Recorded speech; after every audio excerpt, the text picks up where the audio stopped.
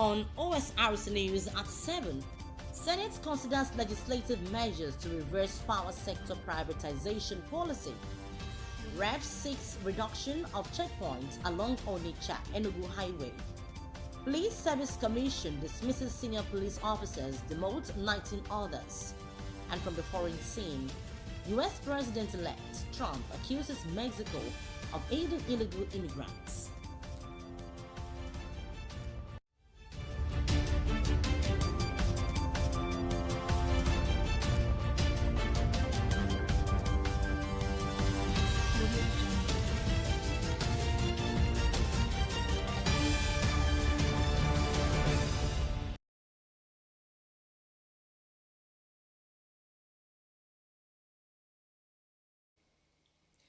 Thank you very much for joining us tonight on the news at 7 on OSRC television. My name is Oyewumi Ayinigbara.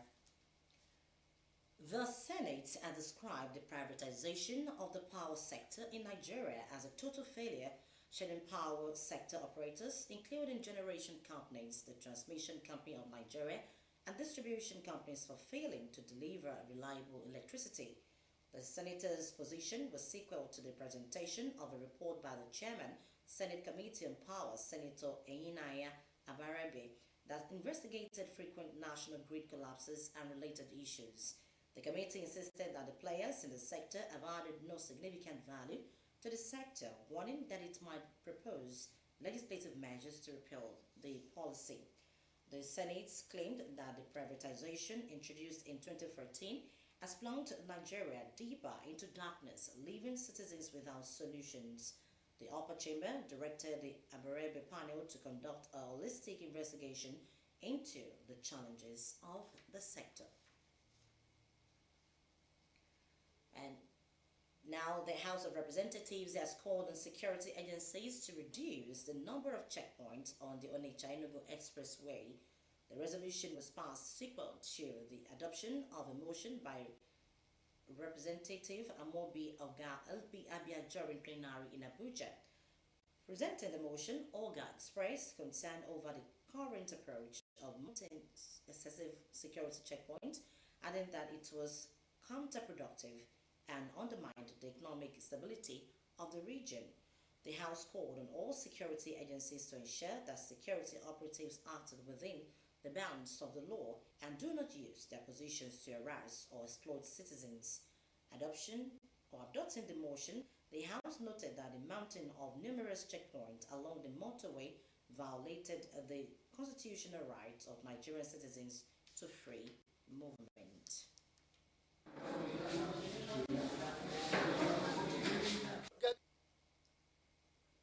The presidency has assured that the second 150,000 barrels per day plant of the Port Harcourt Refinery Company in Rivers State will soon become operational as work is currently ongoing at the facility.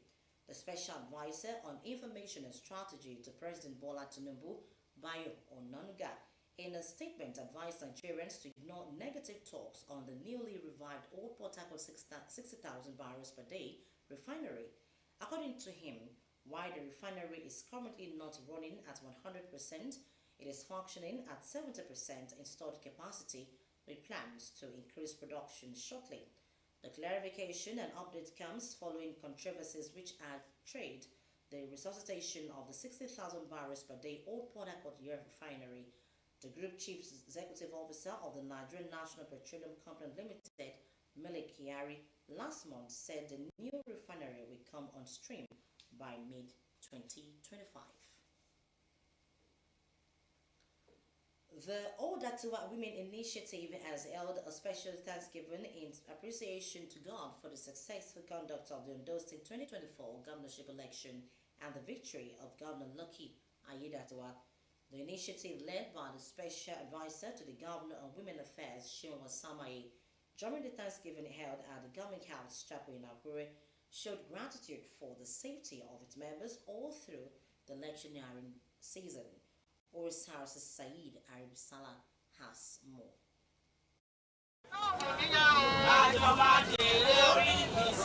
On a 10-point agenda, the Older Tiwa Women Initiative, led by Special Advisor to the Governor on Women Affairs, Seun Samaye, was formed with the aim of advancing development to women at the grassroots level and ensuring inclusive governance. In the build-up to the Ondo State governorship election, PC candidate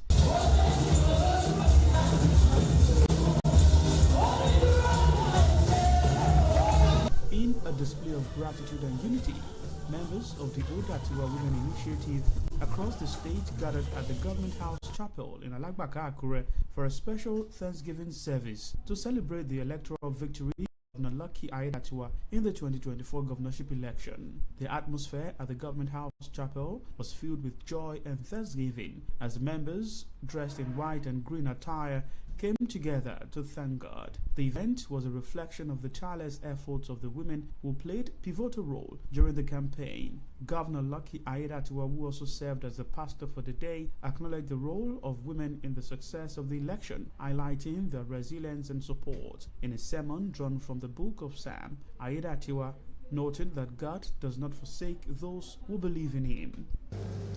When God has promised you that He will not leave you nor forsake you, and be careful for nothing, in everything with prayers and supplication with thanksgiving. Be careful for nothing, worry less about things. Don't be filled with worries and anxiety. Don't let certain and assumptions dominate your mind. It says, guard your heart with all diligence, for out of it are the issues of life. Don't feed your mind with negativity. After the service, the celebration continued at the Older Tiwa Women Initiative Secretariat along Oba Adeshida Road, where the women, led by Seun Samaye, gathered to reflect on their collective success. I feel great. We feel happy. You can see the excitement in the air. Our women are grateful to God that God crowned our efforts with massive victory. The governor has a landslide victory. It's never been recorded for the state. His victory is an unprecedented one. So we have come here to of merriment as members of the Older Tiwa Women Initiative reflected on their efforts, celebrated their collective achievement, and projected for the future. We have come together as women to return the glory back to God, to congratulate our governor. We are going to witness development like never before. So we are very happy. The Older Tiwa Women Initiative is confident that it will remain not just as a political force, but a reflection of the power of women's involvement in shaping the future of Ondo State. Sahid Aribisala, Osrc News.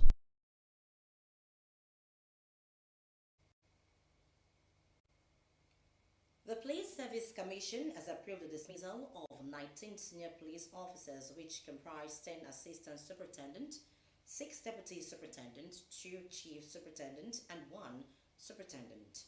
The Commission also approved the reduction in the ranks of the 19 other senior police officers. 2 Assistant Inspectors General of Police also received some punishments. 1, a punishment of reprimand for refusal to carry out lawful instructions, and the other, a letter of warning for negligence. The PS's spokesperson, Ikechukwu Ani, in a statement said several other officers found culpable received different punishment, including severe reprimand and letter of warning. The chairman of the commission, DIG Ashimo Arguno, warned that the commission will not spare police officers who indulge in civil matters like land disputes, marital issues, and rent-related disputes. Meanwhile, Chief of Army Staff Lieutenant General Olufemi Oluyede has emphasized the importance of collaboration between the Nigerian Army and media practitioners to share accurate and balanced reporting of military activities.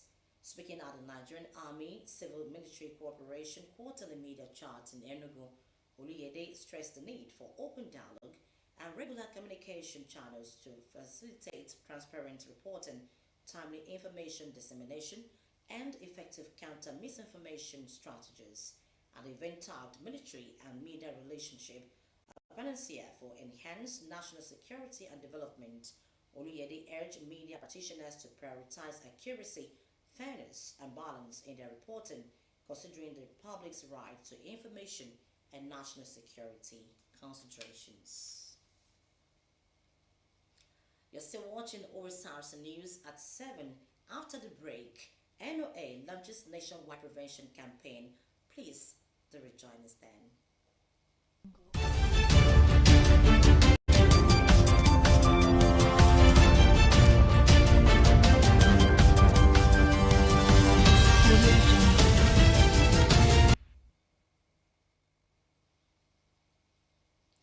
Thank you very much for joining us.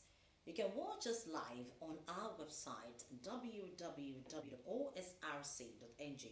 or follow us on Facebook at OSRC TV, and on YouTube you can subscribe to our channel OSRC TV Ondo. Stakeholders in Ondo State have been urged to collaborate with the National Orientation Agency NOA to raise awareness about Lassa fever outbreak in the state. NOA State Director James Adekunle at a briefing in Akure discussed the causes, symptoms, and preventive measures against the disease, emphasizing the importance of community involvement. Joy Pius has the details of the engagement. The National Orientation Agency NOA organized this press conference to inform journalists in Ondo State about the nationwide campaign aimed at preventing the Lassa fever outbreak. NOA State Director James Adekunle said over 1,000 confirmed cases and 174 deaths have been recorded in 2024, stressing the need for proactive measures to curb the disease's spread. He emphasized that the meeting serves as a vital platform for educating Nigerians on the risks, prevention, and control strategies against Lassa fever. Data from the Nigeria Center for Disease Control and Prevention indicates that 68% of all confirmed cases of Lassa were reported from hotspot states. And these hotspot states include Ondo State, Edo State, and Bauchi State. These are the hotbeds of Lassa fever, though there are other states which we call the high-burdened states. Their own case is not as serious as that of Ondo and Edo and Bauchi states. One of the major challenges in the control of Lassa fever is that many rural communities in Nigeria, they remain unaware of Lassa fever transmission pathways and the prevention strategies, as well as cultural misconception. The director outlined various efforts by the agency to effectively disseminate information to the public. As the agency of government responsible for value reorientation and attitudinal change with robust network, platforms, and structures, we, National Orientation Agency, will be doing the following. 1. Deploy our network of state and local government offices to disseminate information. And 2. To utilize various media channels to amplify prevention messages. 3. Engage community leaders, traditional leaders, faith-based leaders, and influencers to mobilize grassroots support. He also called on Ondo State residents to partner with NOA, particularly during the dry season when the risk of transmission increases. Joy Pius, Osrc News.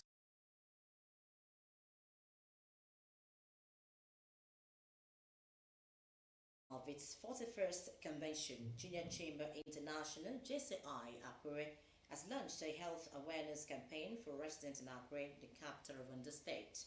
JCI Akure's 2024 President Kunle Oladrin said the organization is committed to community development projects aligned with the United Nations Sustainable Development Goals. Osrc's Joy Pius again has the detail.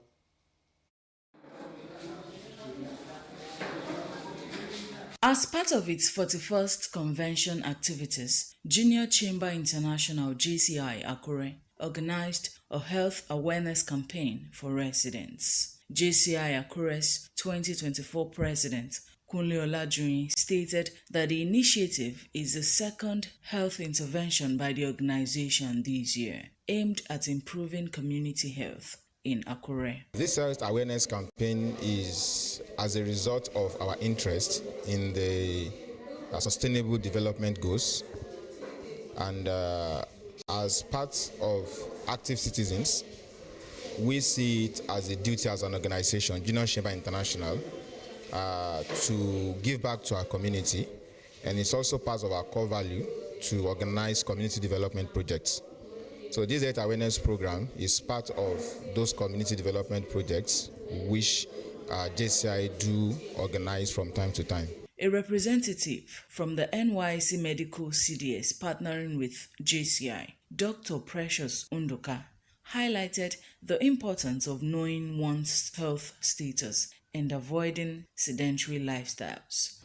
We have to at least try to know the importance, the health benefit of being active. As far as these things are concerned, diabetes, hypertension, apart from a little activity here and there, our eating, how do we eat? Do we eat often? It is very, very important. At least once in 3 months. Beneficiaries expressed their gratitude for the initiative, appreciating the health services provided. They check my BP, they check my blood pressure, and they check my diabetes. So they say my diabetes is okay, but the blood pressure is too high. So I should be taking the drug every time. After taking the drug, I should go and do another test, another checkup for the blood pressure. Ó tẹ́ mi lọ́rùn dáadáa bọ́n yìí ṣàyẹ̀wò ara mi tọ́wọ́n dẹ̀ pè lọ́ọ̀ mi bó ṣe ń ṣe mí mo ṣàlàyé fún wọn wọ́n kọ̀ ògùn fún mi wọ́n dẹ̀ fún mi lóògùn yẹn ó dẹ̀ tẹ́ èmi gan rí i pé bọ́n ṣe fọ́yẹ fún mi yẹn ó tẹ́ mi lọ́rùn. The campaign offered basic treatments for malaria, typhoid, blood pressure checks, hepatitis screenings, sugar level assessments, and health counseling, among others. Joy Pius, Osrc News.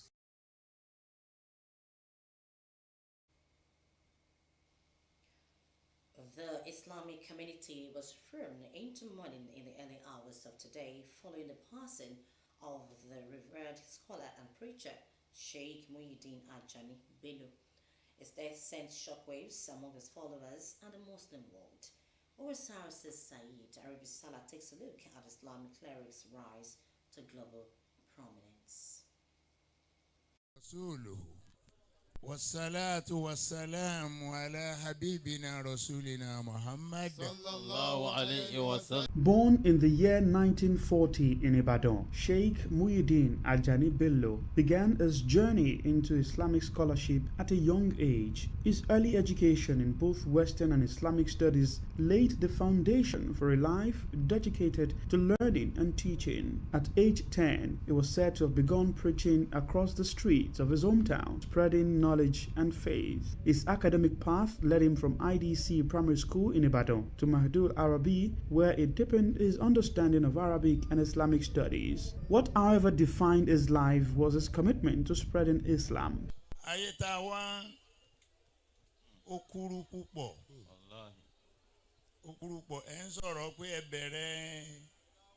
Ìsọ̀rọ̀ ẹ̀ tì mí ní 1950. Kò sí nǹkan kan tí ìjà fà.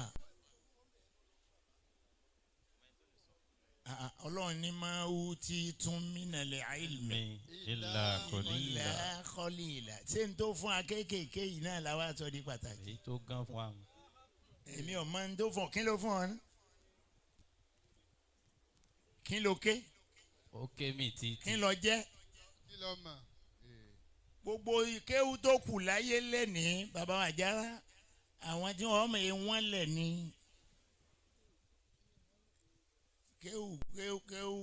kéwú jẹkújẹ. From Nigeria to the UK, the US and beyond, Sheikh Muyideen Bello was not just a teacher, he was a global ambassador of faith. According to those who encountered him, including the chief imam of Okeodo, Alhaji Suleiman Badibo, his voice echoed in mosque and open spaces, inspiring thousands with his wisdom. Ìwárìrì ọkàn mú wa pé àwọn èèyàn lọ ẹni rẹ lọ wọ́n fi wàásù wọ́n fi jèrè ọ̀pọ̀lọpọ̀ èèyàn kódà ní ọjọ́ kan wọ́n fẹ́ lọ sí wàásí ìgbà tí wọ́n rí pé àwọn ti fẹ́ late bí tí wọ́n lọ yẹn wọ́n wá láti pé góòsò mú wọn láti gbé mọ́tò kalẹ̀ wọ́n wá gbé ọ̀kadà wọ́n wá gun ọ̀kadà wọ́n fi lọ sí wàásí níbi tí wọ́n lọ láti fi kí wọ́n má gba disappoint àwọn èèyàn yẹn. His legacies are evident in many lives he touched, from the classrooms of Nigeria to the hearts of those who heard his message worldwide.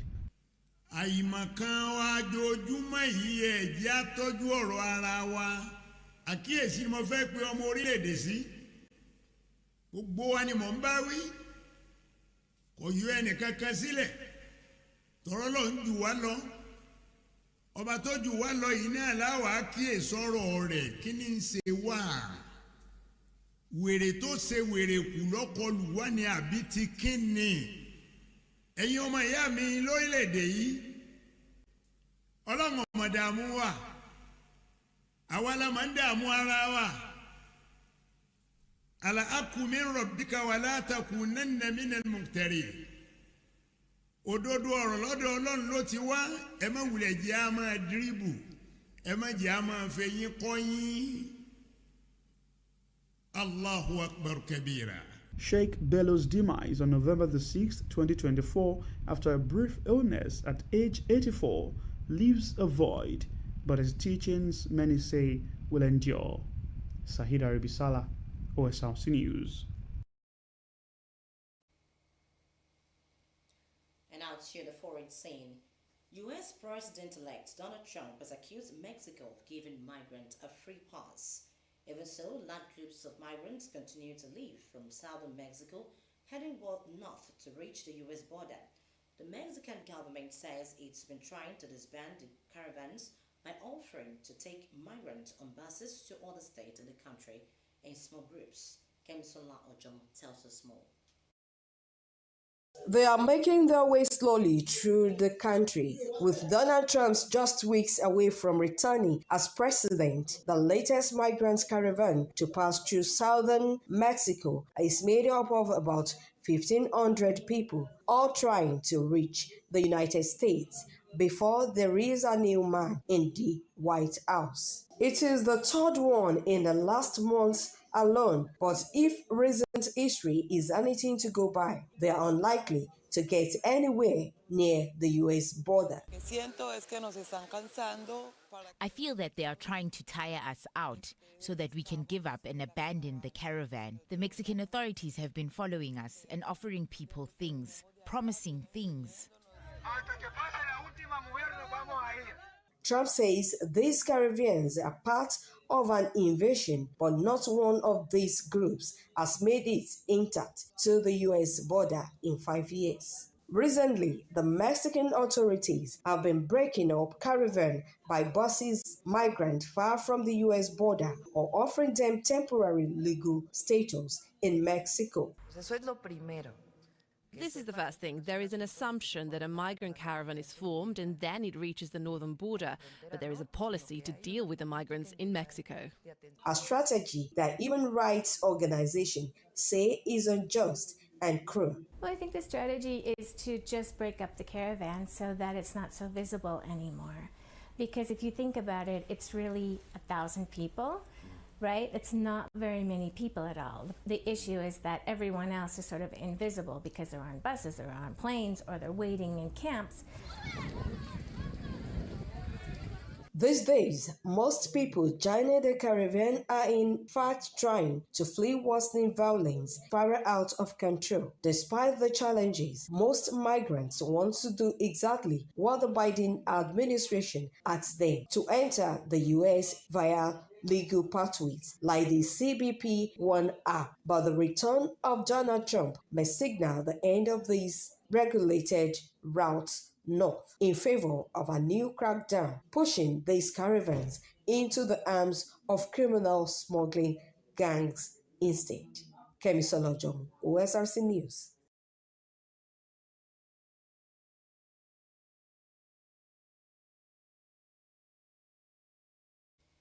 So on the foreign scene, the Syrian opposition fighters have been making rapid advances, taking control of a major city and threatening to capture another.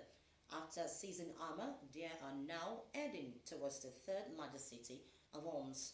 If captured, losing control of Homs will threaten the government link between Damascus and its coastal stronghold of Latakia. Saeed Arabisala has the detail.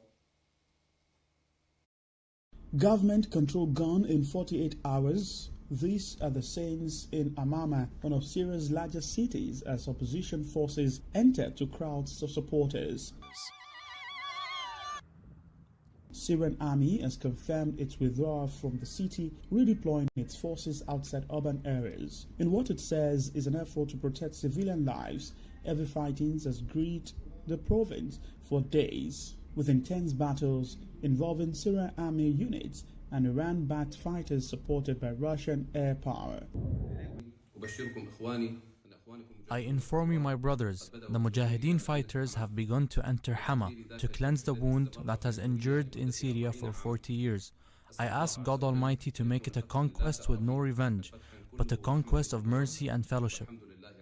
Hama's location is crucial. It's on the main highway between Aleppo and Damascus. Its capture opens potential advances towards Homs, effectively splitting government-controlled territory. The opposition's capture of Hama's military airport proved decisive. It forced government forces to abandon the positions they would have held since the conflict began in 2011. The city's fall carries wider implications for Syria's religious communities, including nearby Christian and 18 million Muslim population, who have been protected by the opposition. Armed groups already announced their next target, the city of Homs. If captured, it could threaten the government's vital link between Damascus and its coastal stronghold of Latakia.